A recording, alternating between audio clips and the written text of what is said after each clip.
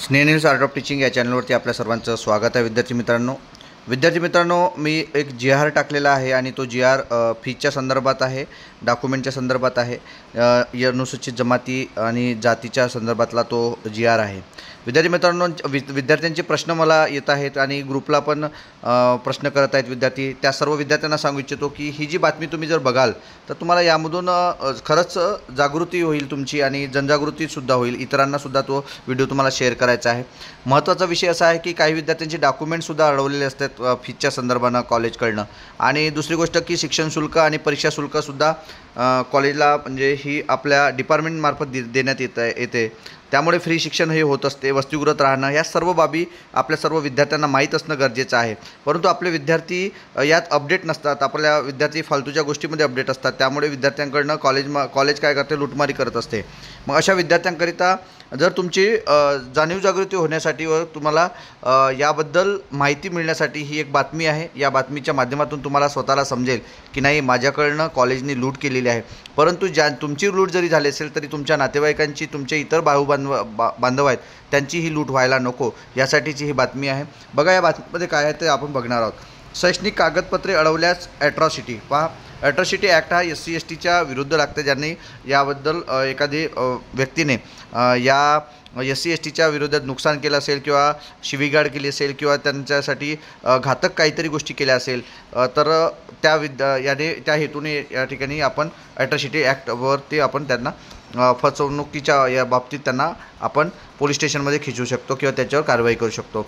बघा, समाज कल्याण विभागाचा इशारा. म्हणजे संपूर्ण महाराष्ट्रातील जे काही समाज कल्याण संचालनालय आहे म्हणजे तो पुण्याला आहे. त्या पुण्यातलीच ही बातमी आहे विद्यार्थी मित्रांनो. बघा काय आहे त्या बातमीमध्ये आपण बघू. पुणे महाविद्यालयाकडून पात्र अनुसूचित जाती प्रवर्गातील विद्यार्थ्यांच्या शैक्षणिक कागदपत्रांची अडवणूक तसेच विद्यार्थ्याकडून कोणत्याही प्रकारचे शिक्षण शुल्क वसूल केल्याची तक्रार प्राप्त झाल्यास संबंधित महाविद्यालयाविरोधात अनुसूचित जाती जमाती अत्याचार प्रतिबंधक अधिनियम 1989 अन्वये म्हणजे ॲट्रॉसिटी कारवाई करण्यात येणार असल्याचा इशारा समाज कल्याणचे सहाय्यक आयुक्त विशाल लोंढे यांनी दिलेला. पहा, विशाल लोंढे सर जे आहेत सहाय्यक आयुक्त यांनी ही बातमी दिलेली आहे आणि ही तक्रारसुद्धा आपण आपल्या विद्यार्थ्यांनी माझ्याकडे करावी अशी सुद्धा त्या ठिकाणी म्हटलं आहे. मग यामध्ये शिक्षण शुल्क, परीक्षा शुल्क आणि इतर शुल्क असा उल्लेख त्या ठिकाणी असणं गरजेचं आहे आणि ते सुद्धा आहे जे परिपत्रकामध्ये आहे. ते परिपत्रक मी आपल्या स्नेह आर्ट ऑफ टीचिंग या ग्रुपला आपण जर जॉईन नसाल तर जॉईन व्हा, जेणेकरून तुम्हाला ते परिपत्रक आणि ते समाज कल्याण आयुक्ताचं म्हणजे प्रादेशिक उपायुक्त नागपूर विभागाचं ते परिपत्रक आहे, ज्या माध्यमातून संपूर्ण महाराष्ट्रासाठी सुद्धा तसं परिपत्रक निघणं अत्यंत महत्त्वाचं आहे. पुणे जिल्ह्यासाठी सुद्धा ते निघणं महत्त्वाचं आहे, ज्या माध्यमातून आपल्या विद्यार्थ्यांची फसवणूक होणार नाही. समोर काय म्हटलेलं बघा. समाज कल्याण विभागाकडून 2018-19 आर्थिक वर्षापासून अनुसूचित जाती प्रवर्गातील विद्यार्थ्यांना शिष्यवृत्ती परीक्षा शुल्क योजनेच्या अंतर्गत महा-DBT प्रणालीमार्फत देण्यात येत आहे. सध्या स्थिती महा-DBT प्रणालीवरील PFMS या प्रणालीद्वारे शिष्यवृत्तीचे निधी वितरण सुरू आहे.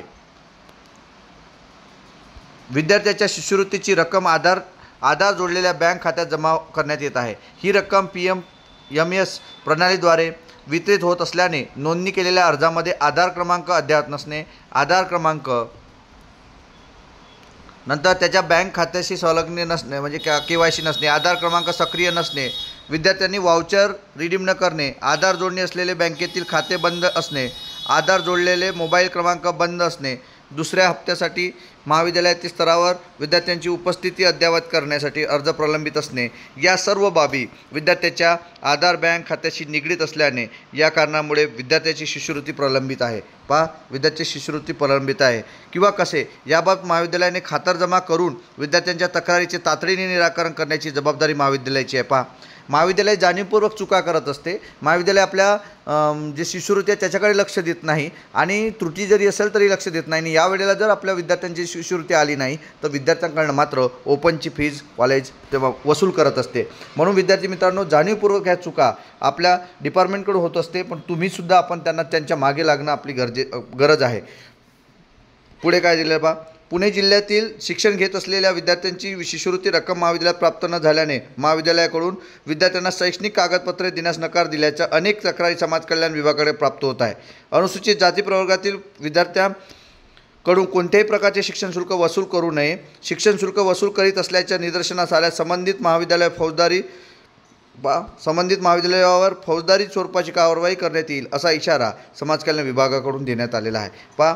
समाज कल्याण विभागाच्याकडून देण्यात आलेला आहे की जो कॉलेज आपल्या विद्यार्थ्याकडून जर फीज आकारत असेल, शिक्षण शुल्क, इतर शुल्क आणि परीक्षा शुल्क, ह्या तीनही शुल्क जर कॉलेज आकारत असेल, मग कोणत्याही शिक्षणाच्या बाबतीत लक्षात घ्यायचं आहे, मग BEd असो, DEd असो, मग MBBS असो की कोणती इंजिनिअरिंग असो, कोणती फॅकल्टी असो, त्याच्यासाठी जरी फीज आकारत असेल तरी पण कॉलेजवरती अट्रॅसिटी लागता येते, तो फौजदारी गुन्हा आहे। हे सर्व विद्यार्थ्यांनी लक्षात घ्यायचं आहे, कारण तुम्ही जेव्हापर्यंत जागे होणार नाही तेव्हापर्यंत कॉलेज तुमची लुटमारी करेल, तुमच्या नातेवाईकाची लुटमारी करेल, हे सुद्धा लक्षात घ्यायचं आहे विद्यार्थी मित्रांनो।